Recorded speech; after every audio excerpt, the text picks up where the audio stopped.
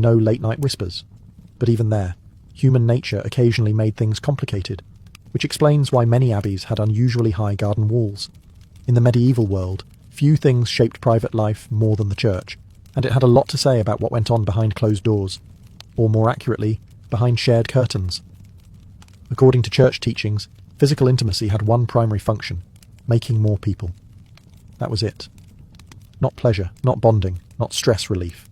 Just reproduction. Everything else? Distracting at best, sinful at worst. This wasn't just Sunday sermon material. Bishops, theologians, and confessors wrote detailed instructions on what was and wasn't acceptable, in case anyone dared to improvise. Certain days of the week were off limits. So were major feast days, fasting days, holy days, and, in some regions, entire liturgical seasons. Want to be close to your spouse during Lent? Think again. Advent? Also no. That left maybe Tuesdays in April. Even within marriage there were expectations. Couples were encouraged to approach one another with modesty and restraint. Expressions of affection were acceptable, but not excessive. Displays of passion were, to put it mildly, frowned upon.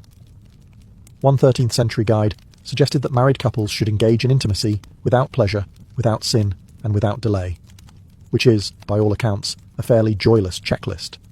The preferred method was missionary, and not just for religious symbolism. It was deemed the most natural, and therefore the least likely to offend God, the saints, or your local priest. Anything else was considered suspect.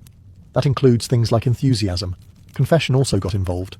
Priests often asked pointed questions during confession to determine whether couples had broken any moral or ecclesiastical guidelines. These weren't vague spiritual inquiries, they were very specific. Sometimes uncomfortably so. Let's just say the average 14th century friar knew far more about his parishioners' bedrooms than their birthdays. Still, enforcement was uneven. Some regions were stricter than others. Some priests ignored these rules entirely, and many laypeople, particularly peasants, simply smiled, nodded, and did what they were going to do anyway, quietly. If you think modern couples have trouble syncing their schedules, spare a thought for medieval folks.